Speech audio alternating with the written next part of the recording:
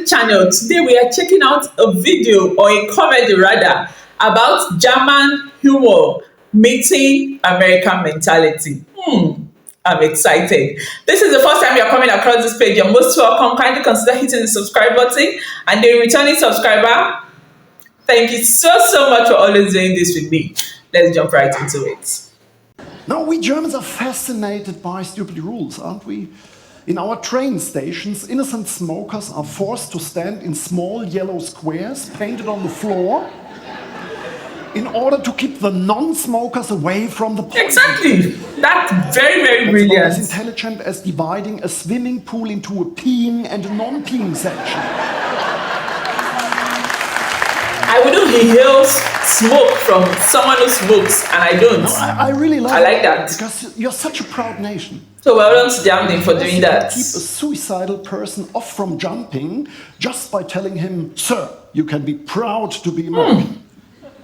If you did this to a German, he would jump before you can finish the sentence. I really love America. The American way, always asking, "How are you?" I mean, they don't care, but they do ask. Okay. And the answer is always, That's fine. "Thank you, I'm Thank fine, you." I'm great." In Germany, "How are you" is not a common greeting phrase, it's a specific medical question. How are you? Oh, don't get me started. I have problems with my left kidney, my back hurts, I have sore throat, pretty sure it's cancer. A small talk is not our thing in Germany. We meet someone from America at a dinner party, and after 5 minutes we ask him, "What the hell were you thinking when you killed all these Native Americans?" That's our idea of a relaxed dinner conversation. Now, we always want to get to the bottom of things. And maybe that's the reason why we have so many excellent scientists. 100 years ago, German physicists figured out that light is something in between a particle and a wave. Who gives a shit, Americans say? We just want to light up our rooms. Such an approach is way too superficial for us, because we wanted to know exactly what light is. Therefore, the German Max Planck developed quantum physics. Quantum whereas physics. Thomas Edison only invented the light bulb. To be fair, without this invention, we would still be sitting around a candle watching Netflix. Exactly. There wouldn't even be Netflix. There wouldn't be Netflix. German mentality is deeply shaped by the spirit of Goethe's Faust. The desire to understand whatever holds the world together in its innermost faults. And I felt this desire too. When I was 10, I took my canary in its cage outside during a thunderstorm just to check if Faraday was right. Okay. And he was. Private law of electrolysis. The bird wasn't struck by lightning, it died of a heart attack. Anyway. An American friend of mine said, "Yeah, I know a lot of our people don't know anything about evolution, and maybe it's because of our bad education system in America. Yours in Germany is much better." And I don't think it's true. I think we just have a different approach. In America, they say we go to school. In Germany, we say we go into school.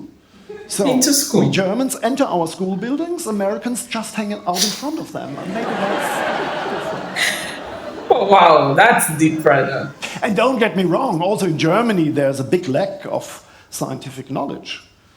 45% of all German high school students believe that Voltaire invented the battery. I want to spend a year as an ampere in France.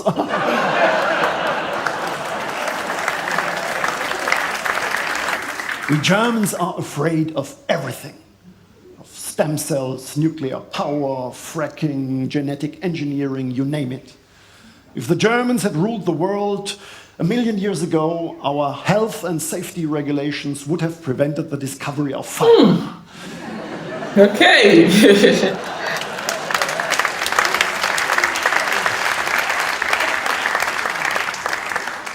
We are so full of fear.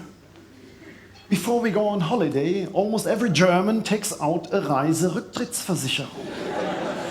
The most important insurance in Germany, travel cancellation insurance. Almost every German has it. We book an adventure trip to the cannibals in South America, but only with a Reiserücktrittsversicherung. Otherwise, it would be way too risky. One of the first 3 words German babies learn.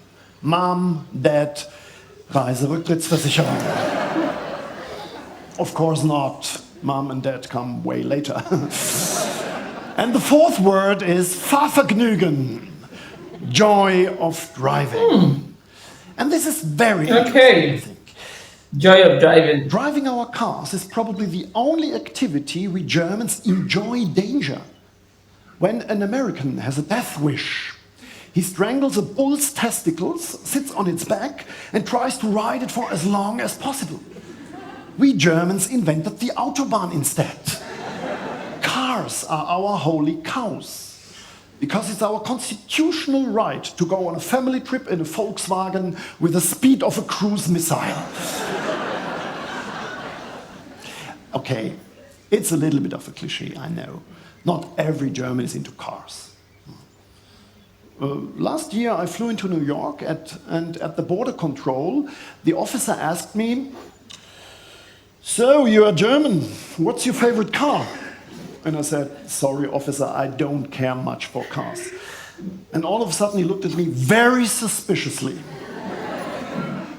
"You don't have a favorite car, so you can't..." You can't be German. Sorry, sir, not every German. Put your hand where I can see them.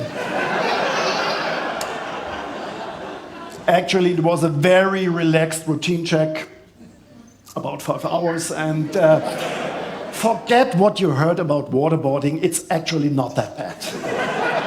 It's a Porsche, a Porsche. What model? 911. Wow. This was insane and quite educative, I must say. So many things about German that we get to know humorously, and it was amazing. I enjoyed every part of it. Yes, imagine German going into school and Americans going to school. That's quite deep if you check the meaning. Yes, it's very deep, and I'm impressed. Thank you so much for doing this with me. Please like, comment, share, and I see you right in my next video. Bye.